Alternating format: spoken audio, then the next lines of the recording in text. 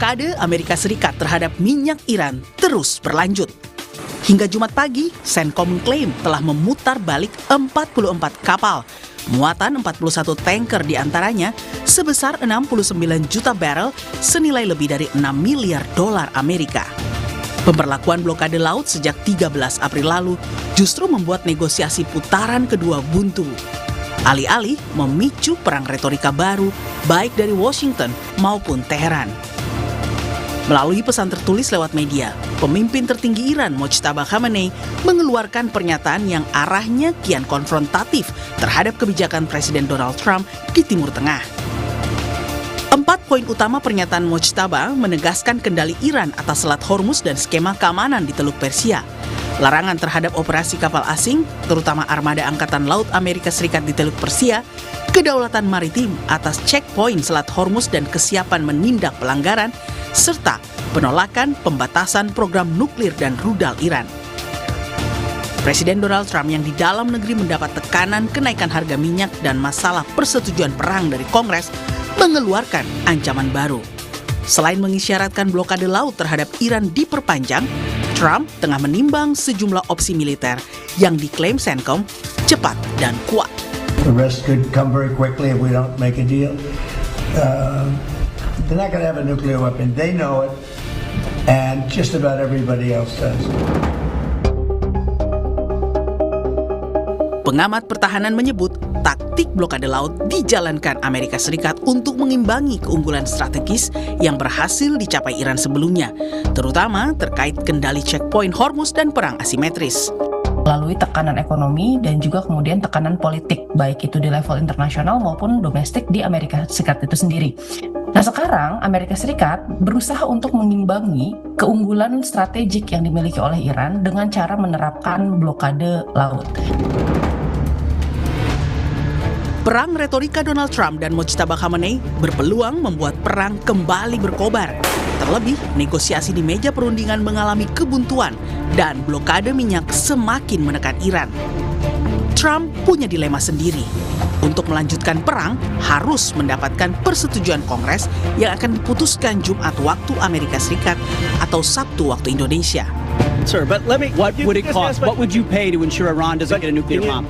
Sebelumnya Menteri Perang Pete Hegseth dicecar oleh anggota Komite Angkatan Bersenjata Kongres dari soal alasan perang hingga pembengkakan biaya perang.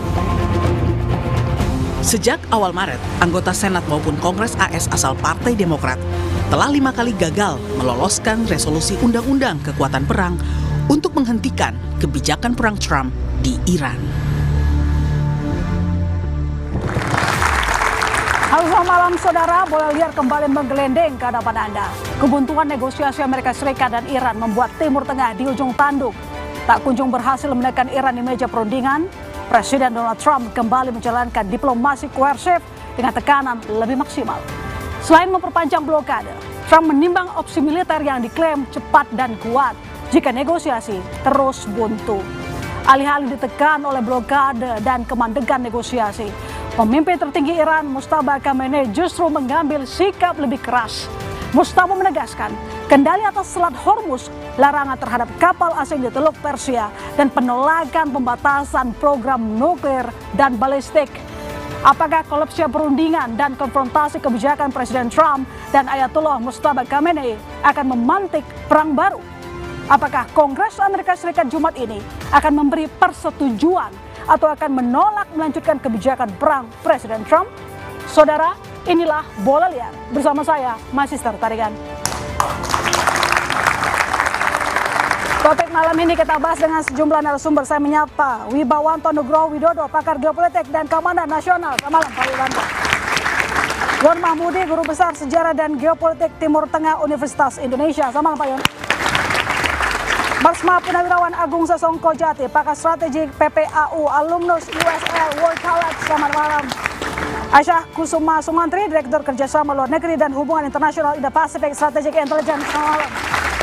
Riko Marbun, alumnus Raja Ratman School of International Studies NTU. Selamat malam, Bang Riko. Malam. Antoni Budiawan, Managing Director Political Economy and Policy. Selamat malam, Pak Antoni. Malam.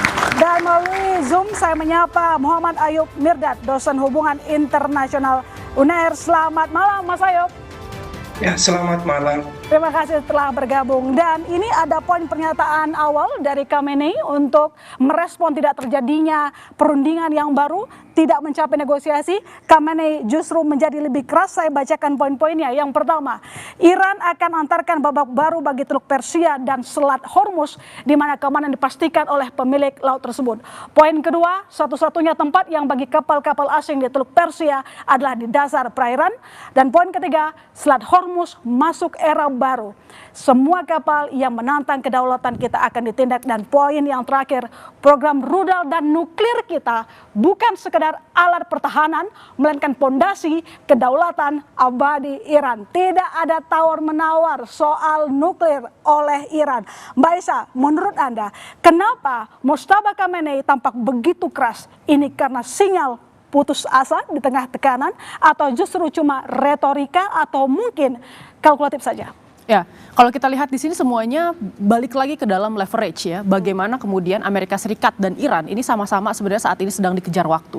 Amerika Serikat ini dikejar waktu karena urusan tekanan politik dalam negeri, lalu kemudian kenaikan harga dari bidang energi. Sementara Iran ini sekarang juga secara ekonomi sudah cukup terdesak nih. Karena Iran ini merugi sekitar 435 juta USD per hari, dan kalau diakumulasikan sekitar 13 miliar USD per bulannya. Itu kan jumlah yang sangat besar. Nah, saya rasa di sini baik Trump maupun Khamenei ini berusaha untuk melakukan yang namanya menaiki escalation ladder. Dua-duanya berusaha untuk meningkatkan tingkat dari agresivitas masing-masing untuk bisa mendapatkan daya tawar yang lebih atau leverage di dalam perundingan tersebut. Makanya kita lihat sebenarnya dari Trump sendiri, Iran sendiri kan sudah kemudian mengajukan prasyarat ya kepada Trump. Meskipun pada akhirnya prasyarat tersebut ditolak. Karena sebenarnya syarat yang diajukan oleh Iran itu jelas menguntungkan Iran sebenarnya. Yang pertama mengenai boleh dibuka Selat Hormuz. Ini kan ada perdebatan terkait apa sih konsep dibukanya ini? Karena sebenarnya definisi dari pembukaan yang disebutkan oleh Khamenei itu adalah kemudian dia akan tetap mengontrol ya siapa yang bisa lewat ya, dan mereka harus tetap membayar $2 juta dalam bentuk renminbi di sana gitu ya. Jadi tidak ada yang berubah sebenarnya dari pembukaan Selat Hormuz kecuali ya respon dari blokade tersebut.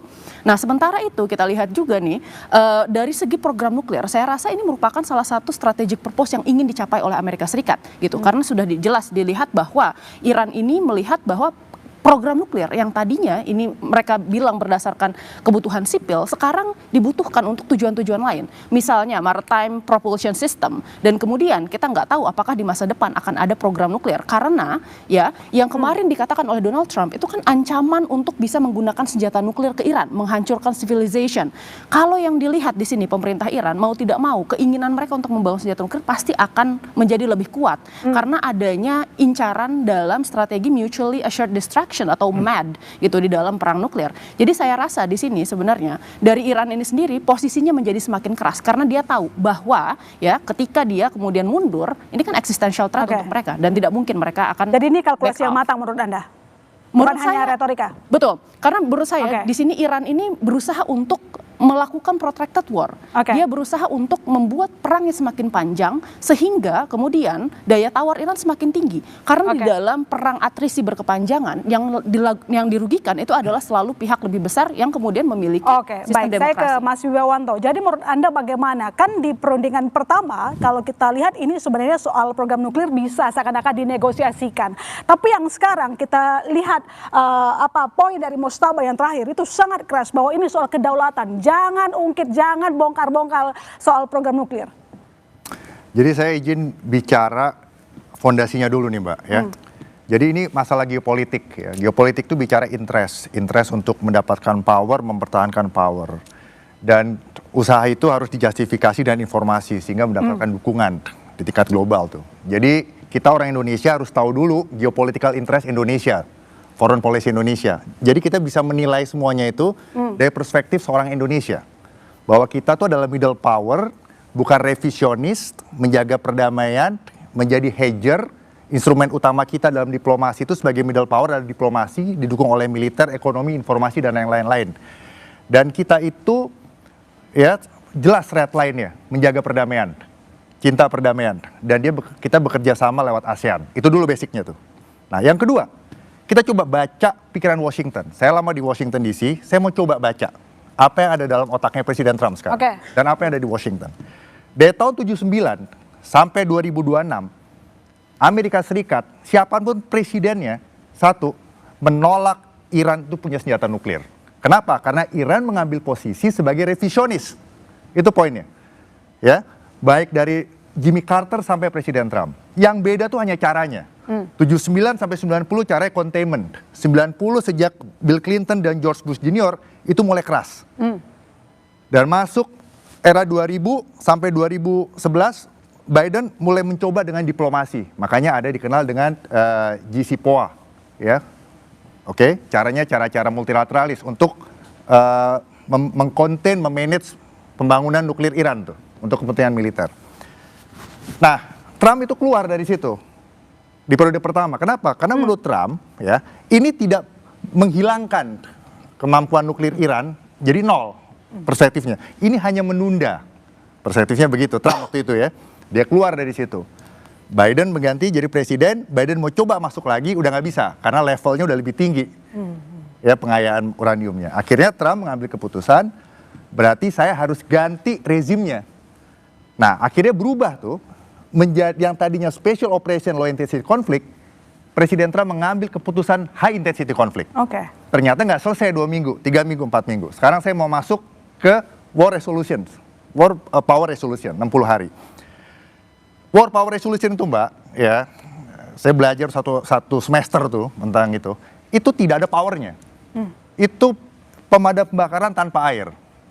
Jadi, ya, tahun 82-84, walaupun Kongres menolak, Presiden Reagan itu tetap melanjutkan operasi militer di Lebanon, 82-84.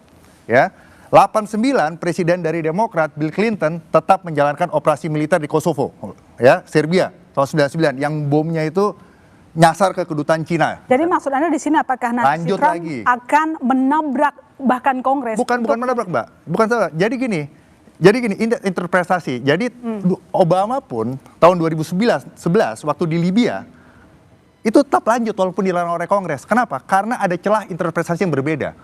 Di situ kan war. Sementara presiden itu punya keunggulan memulai perang dulu dan presiden memberikan justifikasi bahwa ini operasi special operation low intensity conflict, bukan perang besar, gitu loh. Nah, jadi hampir nggak pernah. Yang bisa mencegah itu ada 3 tuh. Kalau Kongres, Upper House, Senate, dan Lower House bersatu, mengumpulkan 2/3 suara, dan yang ketiga bisa memberikan tekanan bipartisan dalam konteks memotong anggaran. Tanpa itu, ini akan lanjut. Kenapa? Tetapi, ya, Kongres itu besok tidak akan memberikan izin untuk lanjut. Kenapa? Karena dikuasai Republikan. Kenapa? Karena Republikan mau menang di mid-election November. Nah, ini harus hati-hati. Presiden Trump akan lanjut dengan low intensity conflict, dan kita ingat sejarah Ajax operations waktu menjatuhkan Mossadegh tahun 53. Itu gagal di tahun 52 waktu CIA dan MI6 menjatuhkan Perdana Menteri Iran Mossadegh. Diulang lagi di 53 berhasil. Jadi Presiden Trump dia akan berusaha yang terbaik supaya Republikan tetap menang di Kongres 2026 November. Dia tetap jadi presiden tidak diimpeach, dia tetap jadi presiden, dan 2028 apa yang menjadi misinya untuk menulify Iran dalam hal konteks nuklir, satu paket lagi lebih berat ini.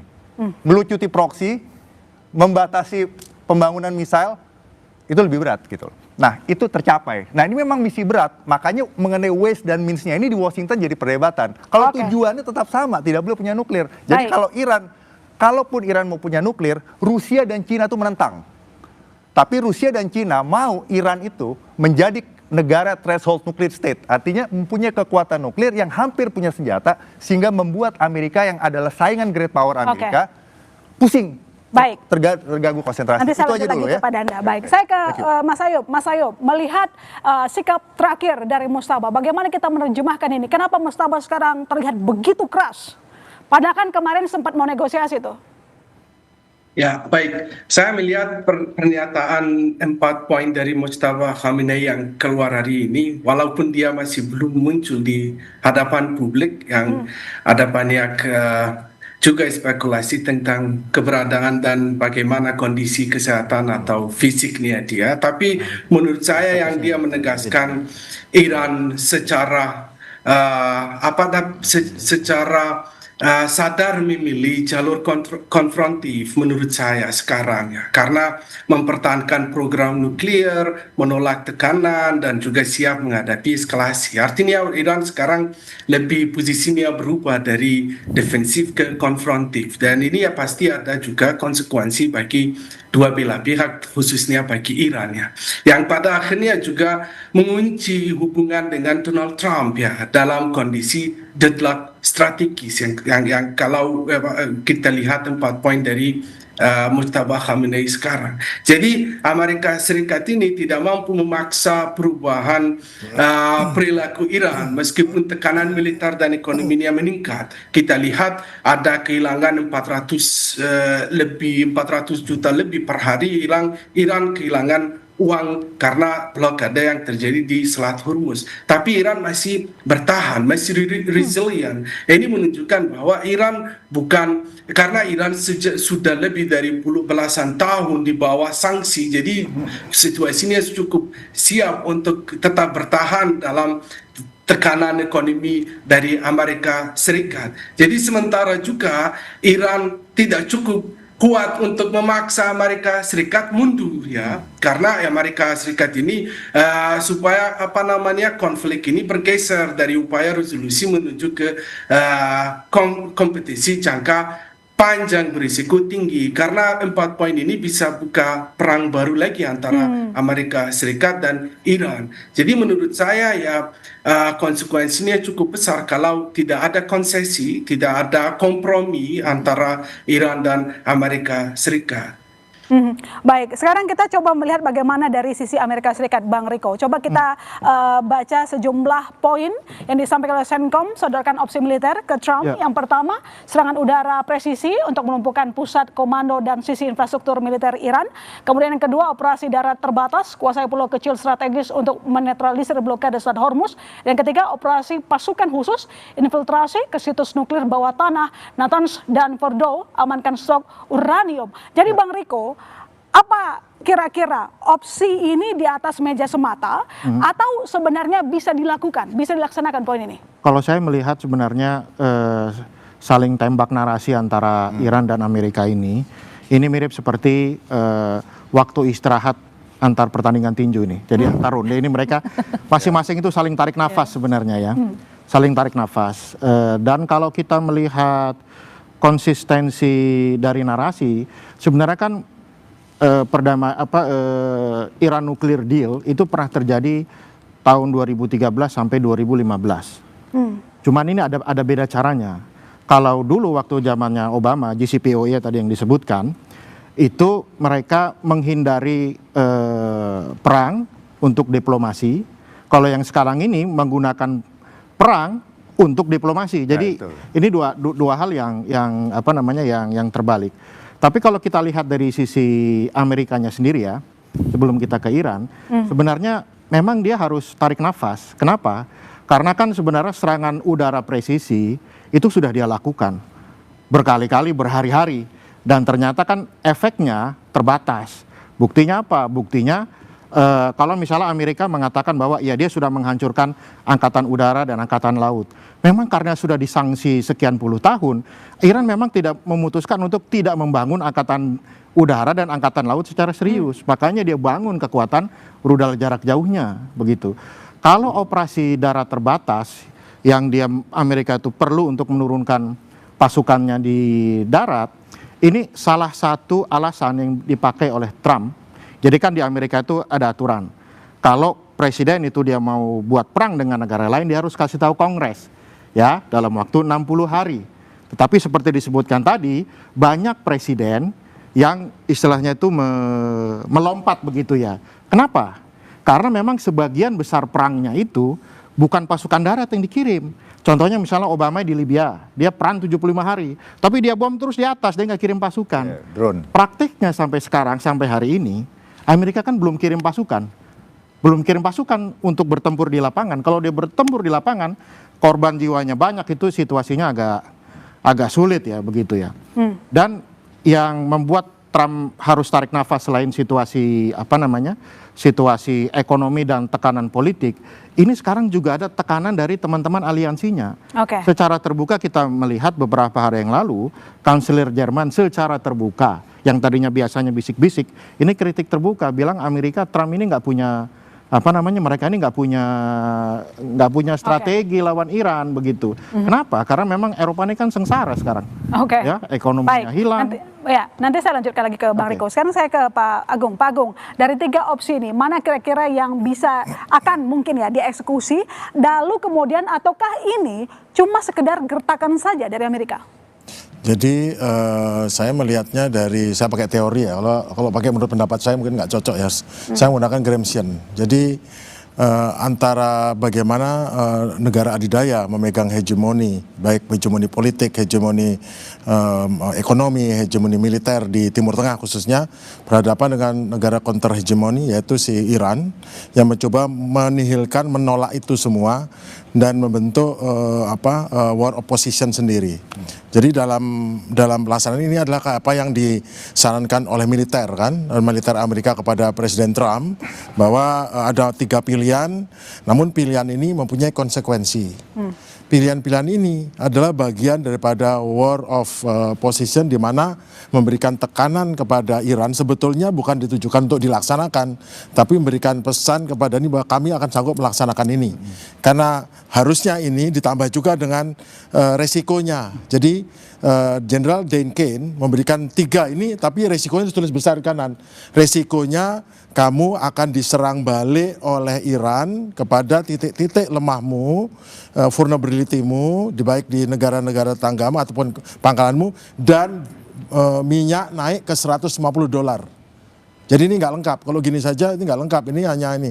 Jadi, itu konsekuensi itu yang tidak diberitakan di media Barat, karena memang yang ditujukan ini pesannya agar sampai ke masyarakat Amerika ini, masyarakat bahwa tetap Presiden Trump itu memiliki posisi yang kuat.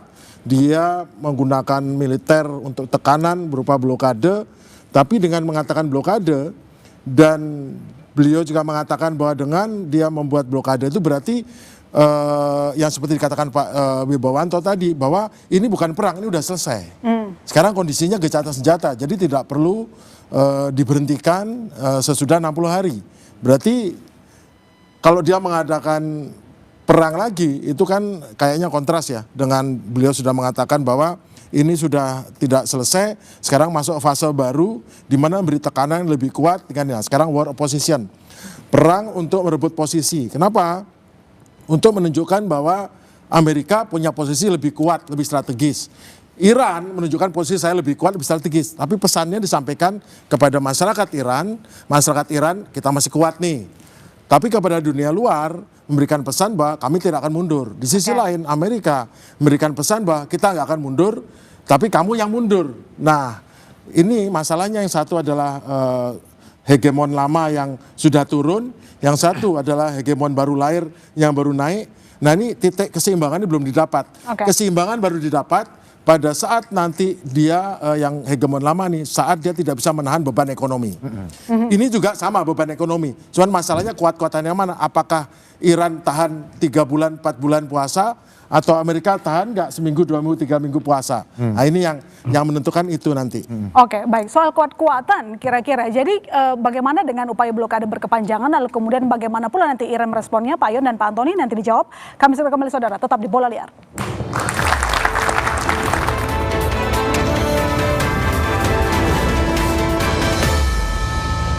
Buntu negosiasi dengan Iran, Presiden Donald Trump siapkan If we don't make a deal, Trump seperti ini, strategi tekanan maksimum lewat blokade. Bagaimana skenario-nya, lalu kemudian mungkin serta serangan cepat dan dikdaya nantinya? Ya, jadi kita lihat bahwa sebenarnya ada 3 threshold dari peperangan ini. Yang pertama adalah kemarin kita tahu bahwa Iran itu berusaha untuk mengontrol di sini kawasan Selat Hormuz. Lalu kemudian setelah Iran mengontrol ini ada reaksi dari Amerika Serikat. Jadi Amerika Serikat itu melakukan blokade di atas blokade yang sudah dilakukan oleh Iran.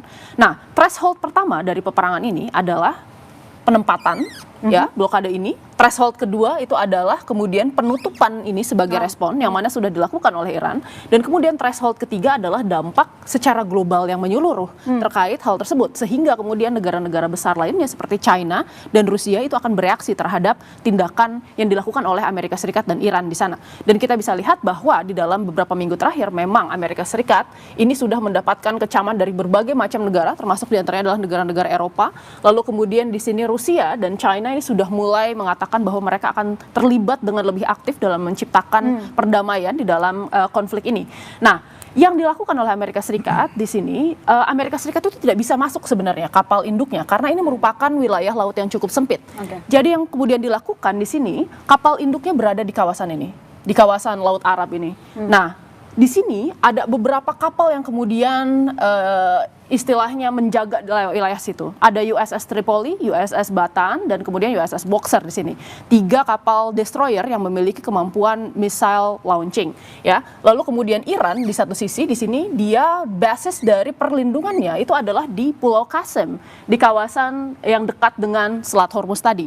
Nah, Pulau Qasem ini menarik karena dia memiliki anti-ship missile di sini dan kemudian sistem pertahanan udara yang cukup canggih, serta kemudian di wilayah sini ini adalah coastal defense yang kemudian dimiliki oleh Iran. Jadi sebenarnya pertahanannya itu cukup besar. Nah, Amerika Serikat itu sadar bahwa dia tidak bisa mendekat ke wilayah tersebut. Oleh karena itu dia hanya di wilayah sini dan dia sebenarnya waspada atas swarm boat-nya Iran yang nanti akan dikirim untuk bisa menghalau kapal-kapal besar tersebut, ya. Dan Iran juga memiliki ranjau laut sebenarnya yang sekarang sudah disebar di kawasan Selat Hormuz ini. Beberapa sudah terbawa oleh arus sehingga mereka sebenarnya tidak mengetahui posisi pastinya di mana, ya. Tetapi kemudian Iran bersiap bisa meluncurkan sekitar 5.000 sampai 8.000 ranjau di masa depan.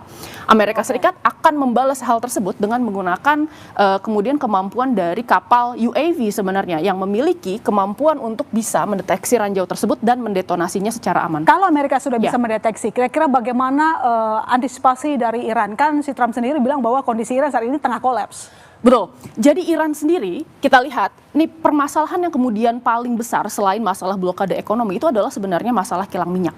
Karena produksi minyak Iran, ya, kita lihat Iran itu memproduksi LNG di kawasan sini, lalu kemudian minyak banyak di perbatasan Irak dan Kuwait di sini, ya.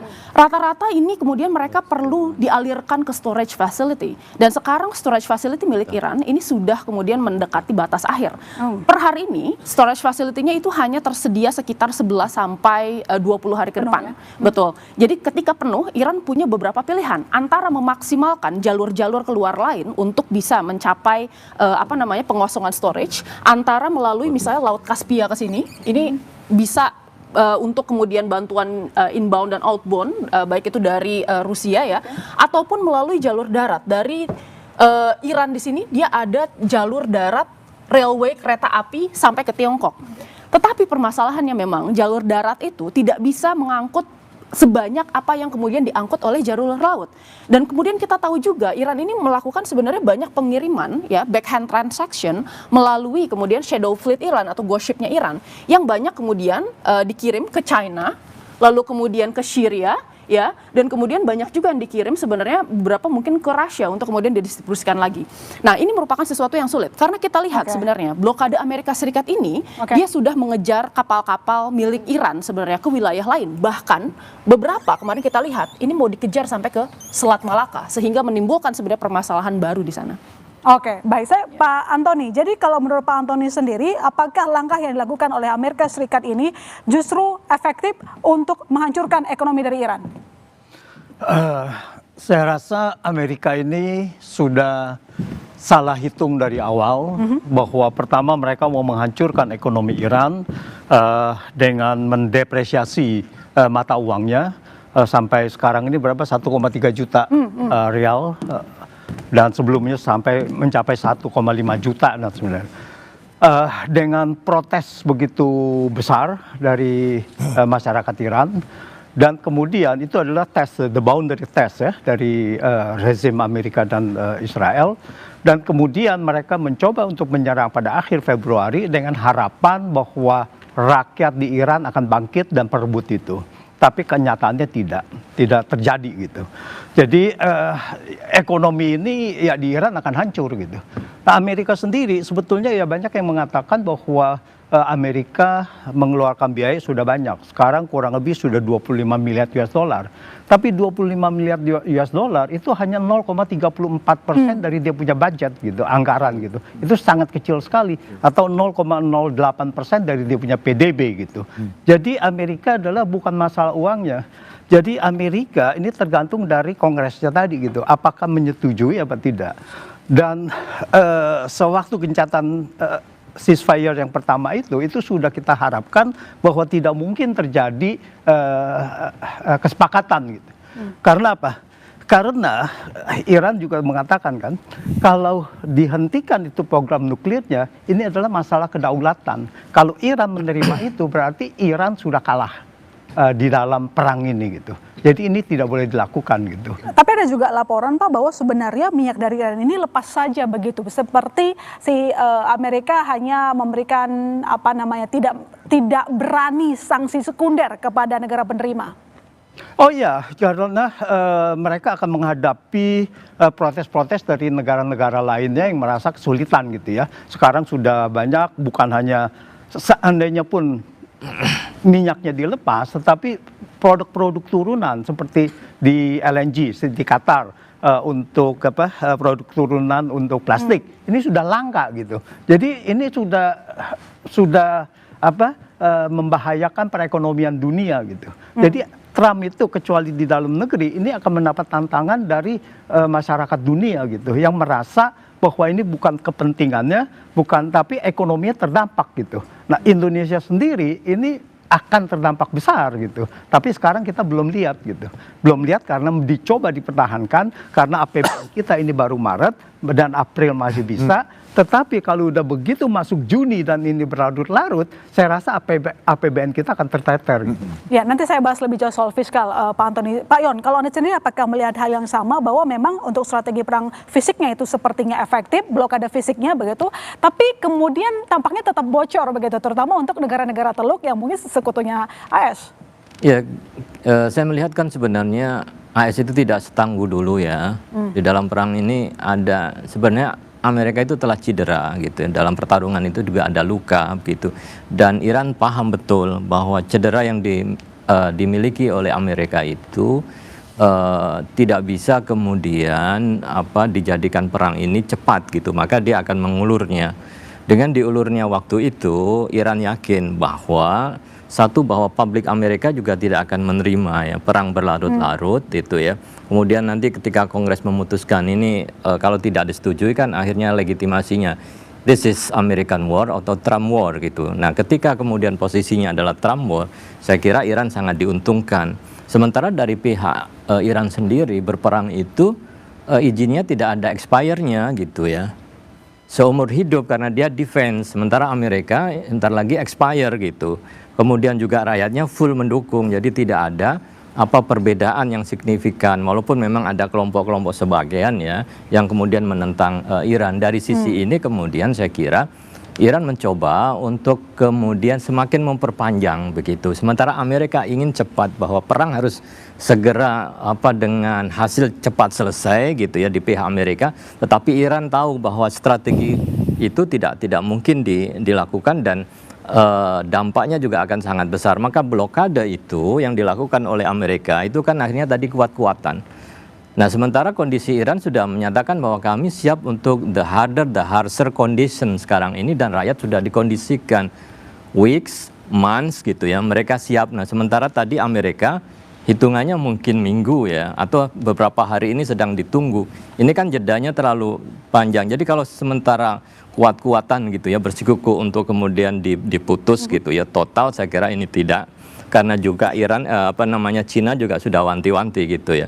Kalau kepentingan ekonominya Cina diganggu oleh Amerika, berarti ada konsekuensi lain yang saya kira Amerika juga tidak mau buka front dalam waktu yang sama ketika kondisinya juga mengalami cedera. Maka tentu perlu waktu untuk recovery. Oke, Bang Riko, baik blokade maupun status gencatan senjata, apakah memang perlu membutuhkan approval dari Kongres? Jadi sebenarnya begini, blokade itu adalah the act of war sebenarnya. Jadi blokade ini sebenarnya masih perang, jadi belum selesai ini perangnya. Tapi kalau kita melihat Trump sebenarnya, kita jangan hanya melihat kalimatnya aja atau ancamannya aja, tapi kita perlu lihat apa yang dia lakukan. Karena kalau Trump ini, dia ini sudah 6 kali ngancam deadline, tapi berubah terus nih. Yang terakhir deadline-nya ya tak terhingga waktunya, kita nggak tahu kapan. Tapi kalau kita pakai gaya berpikirnya dia, bahwa dia akan gunakan cara perang yang paling murah, paling sedikit resikonya, tetapi bisa mencekik musuh secara serius. Blokade ini sebenarnya ya, jadi kita ingatkan begini, waktu akhir tahun 2025, itu waktu Amerika menggunakan senjata ekonominya, begitu ya, itu $1 bisa seharga 1,5 sampai 1,6 juta rial. Sekarang ini sudah 1,8 juta rial. Dan pada saat itu sempat terjadi demo besar-besaran di banyak tempat sekaligus, begitu. Yang ingin dicekik oleh Amerika sekarang ini adalah kemampuan elit Iran, dalam hal ini IRGC, begitu ya, untuk terus-menerus mempertahankan dominasinya di masyarakat. Intinya kalau mereka tidak bisa jual minyak, ya kan nggak ada uang. Kalau nggak ada uang, gimana caranya mereka bisa mempertahankan elitnya di bawah? Dan ada satu lagi problem yang lebih besar yang dihadapi oleh Iran. Tadi sempat disebutkan, ini bukan hanya soal mereka pompa minyak dialirkan, apakah lewat laut atau sekarang dicoba lewat darat secara ya rahasia begitu ya. Kalau itu mereka tidak berhasil lakukan, itu ada analisa yang menyatakan antara 12 sampai 24 hari ke depan, kalau itu tidak dialirkan secara maksimal, itu sumurnya rusak. Dan itu hampir ribuan jumlahnya atau separuh dari sumur minyak yang ada di Iran itu bisa rusak. Kalau rusak ya kemampuan Iran untuk membiayai seluruh kekuatan ekonominya itu kan akan jadi terganggu. Hanya saja sekarang ini pertanyaannya adalah apakah Amerika ini mengejar Iran untuk nuklir Iran saja ya, atau dia mengejar Iran untuk tujuan yang lebih besar. Kalau dia mengejar Iran hanya untuk Iran saja, sebenarnya sudah pernah ada rutenya Amerika melalui itu dan itu bisa selesai. Itu yang namanya perjanjian JCPOA tahun 2015 itu. Tahun 2015 itu tadi kan gini Mbak, secara teknis kalau orang mau buat senjata nuklir, itu uranium harus diperkaya sampai 90%. Kalau cuma untuk reaktor itu antara 3,5 sampai 5%. Kalau untuk kebutuhan medis katanya ada yang sampai 20% atau di bawahnya. Ya. Waktu perjanjian antara Obama dengan Iran pada saat itu mereka sudah berhasil batas atas 3,6% selesai itu. Begitu Trump naik, dicabut itu. Nah sekarang pengayaannya nggak jelas nih sampai mana nih, kan begitu. Jadi kalau itu hanya soal pengayaan saja, sebenarnya tujuan lain seperti tidak membiayai kelompok-kelompok perlawanan di Timur Tengah itu bisa diabaikan. Kalau bicara masalah rudal saja, itu bisa diabaikan begitu. Nah, jadi pertanyaan selanjutnya ini adalah sebenarnya Trump ini waktu dia kejar Iran, ini apakah dia hanya kejar Iran atau dia kejar yang lain? Karena sekarang kenyataannya sekarang ya, hampir semua selat-selat yang penting, yang itu aliran energi barangnya tinggi, itu Amerika mulai menunjukkan dominasi di sana. Diambil lagi Panama, Bab el-Mandeb dia mau kuasai, begitu ya. Kemudian Gibraltar, nih Gibraltar ini dia juga sudah bicara sama Maroko untuk serius ada di sana. Selat Malaka dia mulai utak-atik, itu artinya total 50-60% energi dunia. Kalau dia serius taruh itu pasukannya dia di mana-mana, nah itu kita jadi bertanya-tanya ini sebenarnya Iran atau lebih dari Iran? Baik, saya ke Pak Wibawanto. Jadi menurut Anda sebenarnya target Trump itu pengayaan nuklir atau sebenarnya dia punya target yang lain? Jadi saya kayak Pak Agung nih, jadi jangan pendapat saya. Jadi kita coba baca otaknya Trump nih, karena dia tuh menyerang itu dengan pemikiran kuantum tuh. Jadi intensinya dan kapabilitasnya itu berubah-ubah. Jadi susah dibaca. Akhirnya kita harus mengambil superposition, gitu. Semua kemungkinan tuh mungkin gitu. Jadi kita lihat aja strategi keamanan nasional Amerika tahun 2025 yang dikeluarkan oleh Presiden Trump. Jadi itu adalah respon terhadap rising power China dan Rusia. Dia sebut di situ, lawan itu adalah China dan Rusia. State actor-nya. Plus yang lesser capability adalah Iran dan Korea Utara. Plus non-state actor termasuk semua proxy yang didukung Iran di Timur Tengah. Dan kemampuan asimetris dan nuklir Iran. Itu sudah ancaman menurut Trump. Itu poin satu. Poin kedua, dia bilang secara tidak langsung ya, setuju terhadap pendekatan Xi Jinping bahwa di dunia ini tidak ada universal values. Masing-masing negara punya value sendiri. Nah, Trump merespon itu dengan mengatakan sekarang mereka mau fokus kepada Western Hemisphere saja. Kenapa? Karena mereka itu mau menjadi perwakilan dari Western values Amerika. Silakan China menjadi perwakilan dari Eastern values. Maksudnya begitu. Di dalam itu. Tapi ada yang kontradiktif di sini sebenarnya. Karena Trump itu mau Amerika tetap jadi hegemon, meneruskan legacy setelah Perang Dunia Kedua, tetapi tidak mau menanggung sendiri. Mau melakukan burden shifting, dibagi itu burdennya. Tapi agak ada kontradiktif juga, itu agak susah kayak gitu. Apalagi komunikasi tidak baik ke NATO dan lain-lain.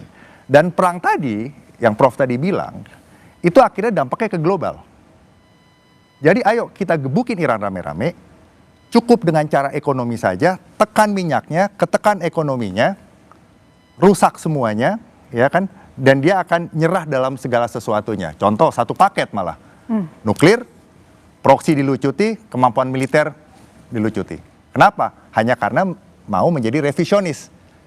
Boleh tidak begitu asal rejimnya berganti, kan kira-kira begitu. Tapi tidak tercapai. Nah, jadi yang Trump lakukan sekarang adalah menyelesaikan strategi keamanan nasionalnya yang 2025 dia bikin. Yang akan selesai di 2028.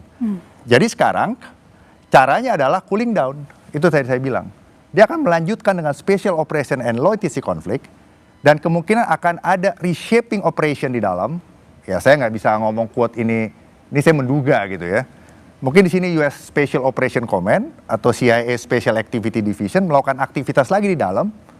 Belajar dari kegagalan operasi Ajax tahun 52 yang dilakukan lagi tahun 53 berhasil gitu Pak Sarki. Kemungkinan berhasil gitu ya. Nah, setelah itu dari tahun 2006 sampai 2028 ini akan banyak aktivitas special operation and low intensity conflict. Itu menurut saya ya. Nah, yang berikutnya tadi jelaskan mengenai tekanan ekonomi itu salah satu bentuk bahwa sekarang Amerika melakukan semua kegiatan ini sebenarnya dari anggaran militer Amerika sangat kecil, itu betul. Apalagi terhadap GDP-nya. Nah, dia melihat bahwa China itu yang 10% GDP lebih besar daripada Rusia, ini menantang sekali kan? Gitu, menantang sekali. Makanya sekarang supaya adik-adik tahu juga di sini, nuklir power ini, ya, ini adalah hasil kesepakatan Perang Dunia Kedua. Jadi kalau mau ada tambahan yang punya nuklir power, Iran dikasih nuklir power, Cina, Rusia pun nggak mau. Karena Cina nggak mau Timur Tengah berdarah-darah, karena Cina juga mau ini jadi daerah bisnis yang menguntungkan gitu. Itu satu. Rusia juga nggak mau. Karena itu memberikan geopolitical leverage kepada Iran. Nah, yang berikutnya, begitu Iran dikasih, Arab Saudi minta, Turki minta, semua minta. Itu logiknya. Jadi kalau Iran masih ngotot punya senjata nuklir, ayo perang dunia aja. Nanti kalau menang silahkan bikin nuklir. Gitu loh poinnya. Nah, Indonesia itu tidak boleh sebenarnya mengambil posisi ideologis. Saya pro Amerika atau pro Iran. Tadi beliau sudah sampaikan, ancaman utama kita dalam foreign policy posture kita adalah kalau terjadi apa-apa di Indo-Pasifik. Beliau tadi sudah sampaikan, kalau sampai Selat Malaka diutik-utik. Itu, gitu. Jadi kita harus tahu sekarang, kita harus melakukan namanya equal distance diplomasi. Baik, saya ke Mas Ayub. Mas Ayub, apakah Anda setuju bahwa ini nanti akan cuma low intensity conflict, perang terbatas saja begitu? Nanti perangnya terbatas sehingga Iran terus diganggu terus di masa depan? Baik, menurut saya sebelum saya ke blokade dan jawab, Amerika Serikat sebenarnya dari awal melakukan salah kalkulasi ya, atau miscalculation. Kenapa? Yang pertama ketika mereka menyerang Iran, mulai untuk membunuh pemimpin tertingginya, Menteri Pertahanan dan begitu Menteri Intel dan semua pimpinan-pimpinan dari IRGC dan juga yang paling dekat dengan Ayatollah Khamenei termasuk dia bunuh, dan mereka berpikir, they thought that kalau pemimpin-pemimpinnya meninggal, rezim akan collapse. Kalau rezim collapse, Iran tidak mampu membangun program nuklirnya dan juga leverage yang punya saat ini. Tapi itu semuanya sebaliknya. Kalkulasi yang Amerika lakukan atau strategi yang Amerika waktu itu lakukan tidak berhasil. Tahap kedua ini apa? Mulai tekanan langsung menyerang Iran dan juga sekarang melakukan blokade. Nah, blokade ini menurut saya kalau Amerika sekarang Donald Trump memutuskan untuk berkelanjutan, itu artinya mereka memilih strategi tekanan jangka panjang, bukan cari solusi yang lebih cepat. Jadi artinya masalahnya tekanan seperti ini jarang memaksa perubahan, tapi justru memperpanjang konflik dan memperkecil ruang diplomasi. Dan kita bisa lihat saat ini mereka masih belum bisa kembali ke meja perundingan melakukan negosiasinya. Nah, setiap tekanan dari Amerika Serikat ini membuat posisi Iran lebih defensif dan semakin keras. Kalau kita lihat Iran ini walaupun ada banyak tekanan ekonomi, tapi Iran semakin keras jawabannya, semakin responsnya keras, dan terakhir itu 4 poin dari Mujtaba Khamenei keluar. Artinya apa? Tekanan bisa membeli waktu, tapi tidak pernah membeli kepercayaan, dan itu yang paling penting dalam yang tidak ada di antara dua negara ini. Nah, Iran kenapa bisa tambah keras? Karena dalam logika keamanan, tekanan eksternal sering memperkuat sikap defensif ya. Nah, kalau kita lihat Iran menurut saya semakin defensif semakin kuat. Nah, bagi Iran ini bukan hanya soal kebijakan, tapi soal keamanan dan survivalnya. Jadi Iran berusaha tetap survive dan tetap bertahan resilient terhadap semua tekanan-tekanan dari Amerika Serikat. Oke, baik, saya ke Pak Agung. Jadi apakah mungkin putusan Kongres akan membuat berhenti si Trump, atau justru Trump akan ngakalin cara yang lain untuk tetap melakukan taktik yang lain menyerang Iran? Kongres pasti akan mendukung karena mayoritas Republik. Tapi yang ditakutkan Trump sekarang atau ditakutkan Republik bukan soal sekarang ini mereka bisa menggolkan. Nanti pada saat pemilu sela, pada saat harga minyak di atas $120 konstan selama 2 bulan, selama nanti sudah sampai yield daripada US Treasury naik di atas 5%, di mana pasti pemilih mengambang lari ke Partai Demokrat, sehingga dalam pemilu sela Republik akan lepas, tidak akan menjadi mayoritas. Itu yang ditakutkan. Jadi sekarang ini saya ngelihat posisi Iran itu adalah sekarang mereka sedang menggunakan kekuatan militernya yang asimetris, sehingga Amerika takut merebut Hormuz dengan kekuatan militer karena biayanya terlalu mahal untuk jiwa atau korban lain-lainnya, untuk memberi tekanan ekonomi kepada Amerika. Sementara Amerika juga memberi tekanan dengan Iran dengan membuat blokade sehingga minyak tidak keluar. Tetapi pisau yang sama membuat Iran berdarah adalah pisau yang sama yang menusuk perut Amerika sendiri, berdarah-darah juga. Artinya sekarang kita lihat apakah Iran tahan untuk ini, untuk apa? Untuk sampai melewati fase. Ada yang menyerang dengan mengatakan bahwa wah nanti akan rontok nih apa namanya mesin-mesin untuk minyaknya, untuk minyak kilangnya karena nggak dipakai. Tetapi membuktikan Mbak Iran sudah punya kemampuan dalam sebulan yang sudah pernah macet rusak zaman perang Irak, itu dia 75% bisa pulih kembali. Jadi khusus untuk Iran lah, dia tidak tahu desainnya gimana. Itu untuk menangkis serangan bahwa mengatakan dia akan lumpuh dalam waktu 3 minggu. Tetapi apakah rakyat Iran bisa tahan itu? Kelihatannya tahan ya. Karena bisa 3 bulan, 4 bulan. Karena pernah disebutkan, kalaupun kami tidak bisa mengekspor minyak, kami masih bisa 6 bulan seperti ini. Itu disebutkan jelas oleh salah satu ARGC, kalau nggak salah saya lupa. Tapi di sisi lain Amerika, tahan nggak sampai bulan Maret, April, Mei, Juni. Juni harga minyak di atas 120 yang menghasilkan harga otogas naik menjadi 2 kali lipat.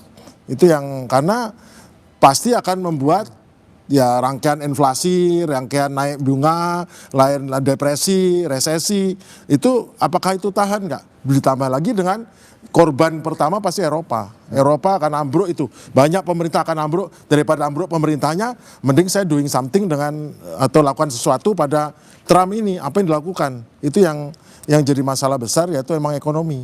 Apapun yang kita omongkan, yang siapa yang ekonominya rontok duluan itu yang akan blink, berkedip duluan itu. Dan kelihatannya adalah Amerika yang akan blink duluan. Ya, jadi kira-kira siapa yang paling kuat bertahan kalau misalnya harga minyak bertengger konsisten di atas $120 per barel, atau justru Irannya yang tertekan karena di blokade? Nanti aja dijawab Pak Agung, kan tetap di bola liar. Nanti dijawab.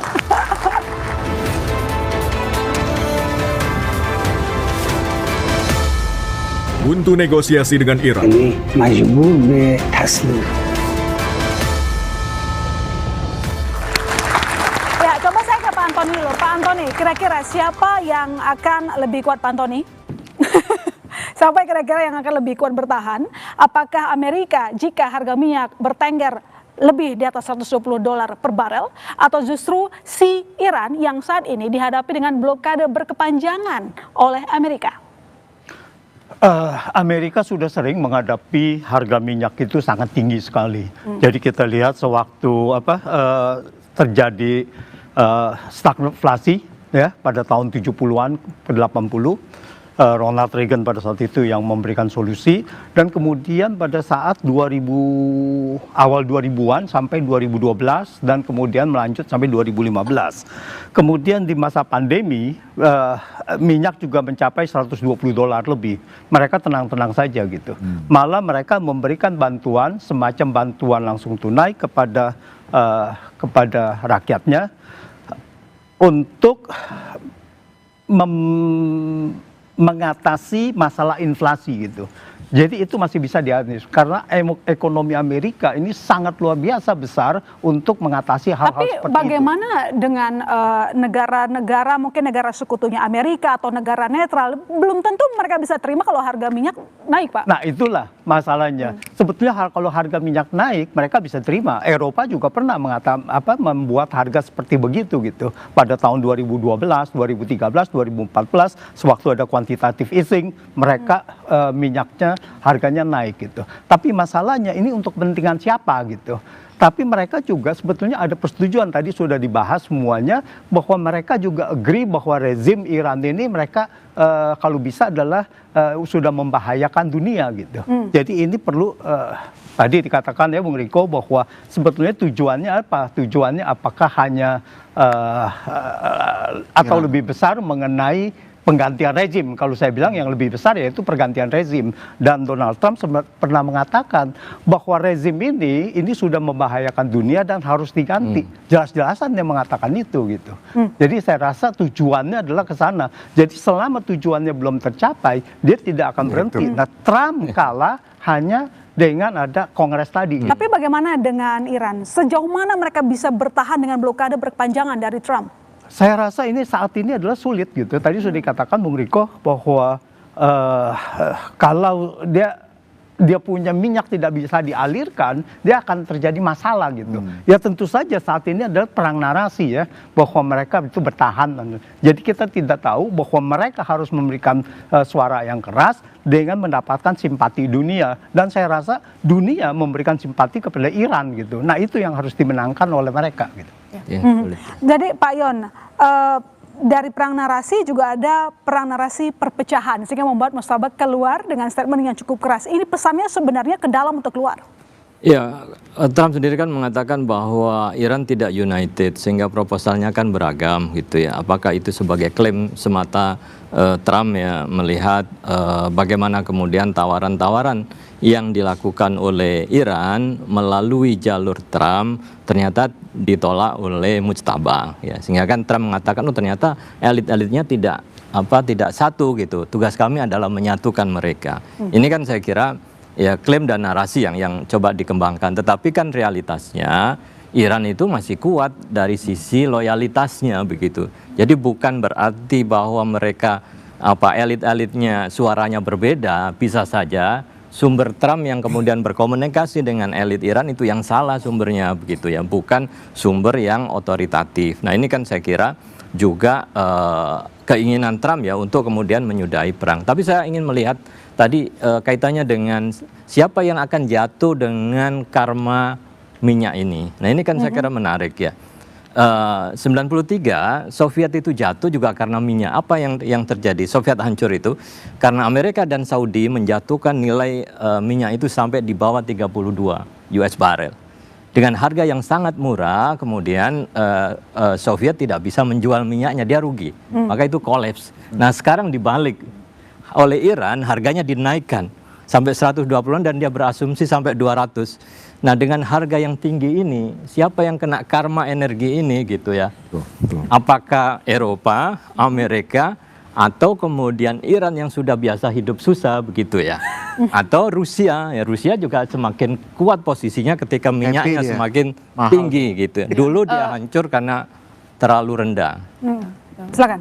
Justru saya mau menambahkan, Pak Yon. Jadi tadi strategi keamanan nasionalnya Trump itu adalah mengubah dunia secara sistemik, ada itu impresinya ke sana, tapi dengan shifting burden. Ya sekarang shifting burden ini jadi menderita rame-rame gitu. Nah itu memang, loh itu silahkan baca strategi keamanan nasional, download aja. Itu open source. Nah yang kedua, yang tadi Bapak bilang tuh benar, tidak ada superpower yang sempurna. Semua superpower adalah manusia biasa, negara biasa yang terdiri dari manusia berdosa dan pasti salah. Nggak selalu benar. Makanya superpower itu tidak ada yang abadi. Semuanya turun. Assyrian kuno, Mesir kuno, Babylonian kuno, Persian, Roma, Gersian, Greece, Makedonia, Roman Empire, Abbasid Khalifat, Ottoman Empire, British Empire, semua turun. Amerika sekarang superpower. Nah, dia dalam posisi ini, tadi merespon yang beliau sampaikan, ya harus melakukan respon terhadap revisionist power. Dengan resiko apa? Resiko turun juga. Gitu loh. Itulah tanggung jawab superpower. Bisa saja mereka tambah kuat, bisa saja mereka turun karena siklusnya begitu. Siklusnya itu superpower turun kenapa? Sudah terlalu banyak resource-nya keluar ngurusin dunia. Ditambah lagi di dalamnya juga rentan. Gitu. Siklusnya lama-lama semua pelajarin. Nah, jadi shifting burden tadi Pak, benar. Bagi-bagi masalah risikonya. Sementara Presiden Trump kenapa menang kemarin? Bisa mengalahkan Biden. Sekelompok elit di Washington itu berpikir bahwa sekarang ini Amerika dipepet oleh rising China. GDP 10% dari Rusia. China dipimpin siapa? Mohon maaf, seorang baby boomers dan sudah menunjuk diri sebagai presiden seumur hidup. Sangat otoritarian. Lawannya Putin, sama baby boomers, menunjuk diri sebagai presiden seumur hidup. Jadi Amerika cari orang yang bisa ngimbangin seperti itu. Makanya Trump menang kemarin tuh. Gitu loh. Untuk dengan janji make America dan great caranya juga gitu. Dan anggapannya gini, Amerika itu kenapa kalah? Kenapa begitu gampang dipepet China? Karena terlalu ikutin aturan main demokrasi gitu. Memang kita ini waktu menilai gitu antara Amerika dan Iran, siapa yang unggul, siapa yang kalah. Sebenarnya kita ini agak bias ya. Agak biasnya itu begini. Salah satu elemen dalam kemenangan perang itu adalah dukungan publik. Ya. Di sini Amerika pasti kalah. Kenapa? Karena Amerika ini kayak negara hidup di akuarium. Semua bisa ngelihat apa yang terjadi di sana kelihatan. Rakyatnya marah, protes, gitu debat. Mohon maaf ya, presidennya dimaki-maki itu kelihatan. Kalau di Iran siapa yang bisa ngelihat? Siapa yang bisa ngelihat? Orang di sana internet di shutdown. Begitu belum ada yang menang sih Pak. Susah, nggak bisa. Jadi kehancurannya, keributannya, kemudian stresnya masyarakatnya, itu memang nggak ada yang bisa ngelihat hari ke hari. Iya betul. Jadi waktu Trump istilahnya menghajar Iran juga bisa melihat, oh kalau saya melakukan ini, sebenarnya yang dia ganggu itu bukan kekuatan Amerika secara fisik, tapi yang dia ganggu itu adalah kekuatan psikologisnya. Nah itu yang sekarang ini dimainkan oleh Iran dengan statement-statementnya. Ya, betul. Tapi yang jadi pertanyaan sekarang kan Amerika kan juga bukan istilahnya dia jadi negara superpower, bukan anak kemarin sore. Saya contohnya misalnya waktu Uni Emirat ini memutuskan keluar dari OPEC. Itu kan ada efeknya secara langsung. Berarti itu artinya dia kan aliansinya langsung dengan Israel, langsung dengan Amerika. Dia nggak gabung sama kelompok ini. Bisa jadi nanti efeknya yang dikejar itu adalah harga minyak turun. Kalau harga minyak turun, perangnya lanjut lagi. Saya bisa nambahin. Jadi gini, yang ditakutkan itu kenapa nggak ada serangan atau perang berlanjut berupa serangan kinetik atau militer itu apa? Karena Iran punya kemampuan untuk menghancurkan pipa minyak ke Yanbu yang sehari mengalirkan 7 juta barel. Namanya second front yang belum itu Houthi bisa tinggal ngirim, putuskan beberapa pipa minyak selesai itu 7 miliar. Itu langsung 200 dolar. Ups. Tapi itu nggak diancam karena kan kelihatan jelek banget. Itu kan nggak mau kelihatan ngancam-ngancam ya. Tetapi secara anunya ke sana udah ngerti. Itu bagian yang naik 150 itu bagian itu. Jadi kita jangan ngarep perang deh, karena bagi mereka perang, maksudnya perang kinetik itu malah merugikan siapa saja. Iran mungkin seneng kalau diserang, karena nggak mungkin serang berlama-lama pasti. Karena berlama-lama rugi kan, Amerika lama-lama akan naik minyak. Tapi kalau dia diserang, dia lebih kompak lagi, lebih bersatu lagi. Jadi terus terang memang Iran lebih diuntungkan kalau diserang secara singkat. Lama Amerika rugi, singkat Iran untung. Jadi bukan dianggap dia nggak karena dia bisa balas juga, ngabisin semua, selesai langsung cepat $200 itu. Bukan saya bela Iran ya, itu logikanya. Karena saya merancang strategi logikanya. Kalau saya jadang Iran, saya serang itu, tapi saya nggak akan bilang karena saya kelihatan jelek, ngancam-ngancam jelek. Iran nggak mau kelihatan ngancam-ngancam. Nah paling banter ancamannya tadi. Tapi di bawah itu ada item-item saya akan potong ini, potong ini, potong ini, potong ini, seperti itu yang di balik layarnya. Oke, baik, Mbak Aisyah. Kemarin kan Arakci pergi ke Rusia, seakan-akan adalah untuk menekan Amerika Serikat, tapi tampaknya buntu karena belum ada hasil apa-apa. Nanti dijawab kami saudara, tetap di Bola Liar.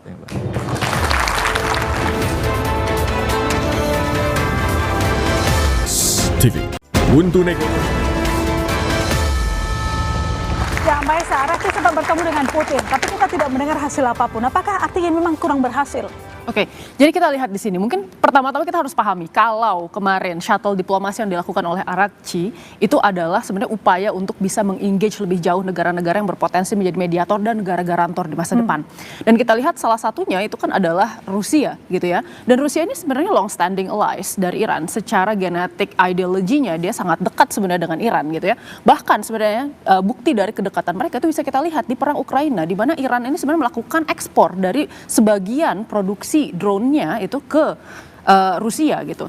Tetapi permasalahan harus kita lihat di sini bahwa sebenarnya titik-titik untuk kemudian aliansi Iran ini juga bisa menjadi titik kelemahan Iran. Karena gini, kita bicara tentang JCPOA waktu itu di tahun 2015. Kenapa kemudian Obama pada akhirnya berhasil mendapatkan deal di dalam JCPOA? Itu karena sebenarnya waktu itu Amerika Serikat itu melakukan dealing juga dengan Rusia dan China untuk bisa turut mendukung agenda dari Amerika Serikat ya untuk membatasi program nuklir Iran. Dealing waktu itu mungkin di bidang ekonomi, pelepasan sanksi dan lain-lain ya. Tetapi kita lihat sekarang dan saat itu ya belum banyak sebenarnya leverage Amerika Serikat. Sekarang kita bisa lihat sebenarnya banyak yang bisa dilakukan oleh Amerika Serikat dalam menaikkan leverage ya untuk bisa mendukung program AS dibandingkan dengan mendukung Iran. Di antaranya adalah untuk melepas ya dukungan Amerika Serikat terhadap perang Ukraina dan kemudian meminta negara-negara di Eropa untuk bisa mengurangi pressure ya yang dilakukan oleh negara Eropa terhadap Rusia gitu. Jadi ini menarik untuk melihat itu. Makanya sebenarnya Iran paham betul mengenai hal ini gitu ya. Mereka berusaha untuk mengambil ya hati dari negara-negara aliansinya sebelum ini di reach oleh Amerika Serikat gitu. Sehingga mereka bisa mengamankan sebenarnya jalur diplomasi mereka. Ya, untuk mengambil hati negara lain. Jadi Pak Agung, apakah itu juga dilakukan oleh Amerika Serikat ketika dia melakukan gencatan senjata di Ukraina untuk mengimbangi apa yang dilakukan atau mungkin kode ya yang diberikan kepada Arakci? Kalau di Ukraina lain, Trump sendiri sama Ukraina kelihatannya dia agak senang dia lebih senang sama Rusia deh kelihatannya. Dia suka marah-marahin gini. Kan seperti dibilang sama Pak Wiwanto, dia soal burden ya. Eropa kamu urusanmu, ini saya nggak ada urusan, kamu beli barang dari saya, kamu nyumbang, tapi beli, saya nggak mau nyumbang lagi. Karena bagi dia tahu ini, karena kita harus pivot ke timur, ke ini. Tapi timbul masalah Middle East. Israel takut sekali kalau Amerika meninggalkan Timur Tengah, lebih sibuk ke timur daripada dimulai keributan di timur, disibukkan di sini kan. Padahal sebetulnya Amerika, betul kata beliau tuh, kita tekan Iran dengan ekonomi, berhasil loh. Tanggal 27 Februari tahun ini, Iran sudah berhasil mau mendiluted uraniumnya. Dia mau diperiksa Amerika. Dia mau, pokoknya soal nuklir sudah nyerah lah gitu. Itu udah berhasil. Wah, itu kegagalan bagi Israel. Kenapa? Bagi Israel, dia tidak takut dengan nuklirnya Iran. Karena seorang jenderal Israel bilang, kami tidak takut dengan nuklir Iran. Kalau dia punya nuklir, belum tentu ngebom kita. Dia juga nggak bisa dipakai juga kan, dia akan masalah karena di hadapan dengan Amerika. Tapi yang masalah bagi Israel adalah kalau sampai Iran bebas sanksi ekonomi. Karena pasti Israel nggak bisa ngejar teknologinya, nggak bisa ngejar kesehatannya, nggak bisa ngejar ekonominya, nggak bisa ngejar apapun, dan Iran menjadi negara adidaya baru atau regional power baru di sana. Jadi yang ditakutkan Israel itu. Maka yang dicari sekarang adalah gimana caranya serang terus, nggak peduli Trump jatuh karena apa, yang penting jalan terus, diserang terus, negara paria terus, tidak akan sempat lepas sanksi. Karena yang ditakutkan adalah jangan sampai lepas sanksi. Jadi bukan soal nuklir, bukan soal lainnya.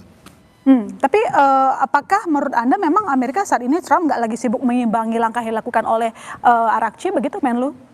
Oh ya, Dia kan kalau soal itu ya, karena ini dimulai dengan Arakci pergi ke Pakistan. Pakistan ngomong, saya nggak mau ngomong, jangan sampai ke Trump ya, habis itu pergi ke Oman. Di sini ngomong sama Trump. Trump marah kan dengan omongan ini, langsung saya tidak mau kirim utusan. Tapi dari Oman dia bilang sama Oman, tolong sampaikan pesan saya, kirim ke sana Trump. Kemudian Trump oke, wah ternyata menarik ya. Terus dia pergi ke Pakistan, nanya tadi ngomong apa Trump di sini, habis itu pergi ke Rusia. Semua itu direkam dengan media.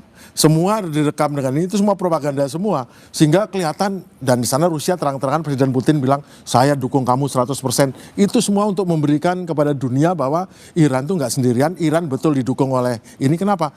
Karena bukan melawan counternya apa yang disebutkan oleh Trump, tapi melawan counter yang disebarkan oleh Mossad atau Israel. Israel ya, di mana-mana sampai se-Indonesia ada orang-orangnya yang nulis Iran itu sendirian, Iran akan pecah hubungannya antara IRGC dengan pimpinan pemerintah, bahwa tidak didukung Rusia, mana buktinya didukung Cina, segala macam. Tapi ternyata kan dia berangkat itu tercounter, ternyata Menlu ini bebas pergi kemana-mana, nggak dilarang-larang. Itu berarti dia baik-baik saja hubungannya. Kemudian yang kedua, didukung sama Rusia itu untuk mengkonter narasi yang disebar, termasuk ke medsos kita itu kan itu jelas itu diprogram, karena orang percaya medsos daripada agenda setting yang di situ kan nggak detail gitu kan. Coba kan sampai kan masuk kan? Wah, bahwa ini itu emang dimasukkan agar para pendukungnya itu menyebarkan kemana-mana bahwa item-item itu ditangkis langsung dengan tindakan itu. Jadi tidak langsung menangkis Trump itu, meskipun Trump nggak perlu ditangkis, orang sudah tahu Trump ini hektik itu bahasa Indonesianya, kemerungsung gitu ya. Mau quick win. Iya, mau quick dia si soalnya quick win. Pakai bahasa Indonesia. Mau dapat deal cepat. Menang cepat. Gitu. Marah tuh nanti si netizen itu ngomongnya transaksional. Nah, Abbas Arakci itu datangnya dengan keren, kalem, ganteng kan, fansnya Mbak ini kan, itu sudah mewakili dunia yang penuh dengan jago diplomasi, sopan, kemudian baik. Nah sementara yang satu tuh kemerungsung ya, bahasa Indonesianya hektik itu apa ya? Buru-buru. Itu sudah mewakili itu untuk mengantar Trump cukup itu. Tapi yang lain itu mengantar narasi-narasi yang disebarkan mengenai Iran dan posisinya kalau boleh tahu. Dimulai diplomasi militer ekonomi jelek sekali Iran saat 6 minggu yang lalu. Sekarang diplomasi jagoan, informasional boleh diadu, militer stalemate nggak berani maju kan. Ekonomi yang nginjek Hormuz siapa? Iran, bukan Amerika. Nah itu sekarang posisi terakhir yang menjadi dilema untuk exit strateginya Trump. Saya coba ke Mas Ayub, di gencatan senjata pertama tampaknya China, ada pengaruh China lah di sana. Tapi yang sekarang tampaknya buntu meskipun kemarin Abbas Arakci bertemu dengan Putin ke Rusia begitu. Jadi sebenarnya apa yang dilihat, apakah memang si China dan Rusia ini pragmatis begitu, diminta tolong ya dibantu seperlunya begitu, jadi buntu, negosiasinya jadi buntu. Ya baik, saya melihat ada 2 poin ya, kenapa Arakci ini berangkat ke Moskow dan juga ke Pakistan, Oman. Tapi menurut saya yang pertama keterlibatan China dalam menjadi mediator ini karena yang pertama 80% lebih minyaknya China melewati Selat Hormuz itu. Jadi China ini berharap perang ini secepatnya mereda, jadi tidak mengganggu ekonominya.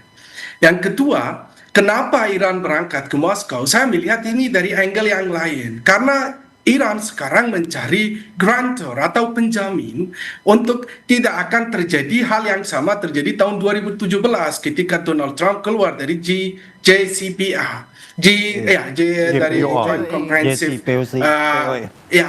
dari situ. Jadi sekarang kalau ada akhirnya terjadi negosiasi dan mereka sepakat, di situ harus ada kekuatan-kekuatan besar seperti Rusia, termasuk China, mungkin Turki dan beberapa negara lain, bahwa kalau suatu hari mereka melihat dan menjadi saksi dalam negosiasi tersebut, supaya besok tidak akan terjadi pelanggaran dan tidak akan terjadi serangan terhadap Iran. Jadi mereka sekarang, menurut saya ya, dia lebih cari untuk penjamin, dan salah satunya adalah Rusia untuk nanti bisa menjadi salah satu grantor dalam negosiasi dengan Amerika Serikat. Jadi menurut Anda, kebuntuan yang ada sekarang ini adalah karena tidak ada yang menjamin sehingga membuat Iran menjadi begitu keras? Nanti dijawab Mas Ayub, kami segera kembali saudara, tetap di Bola Liar.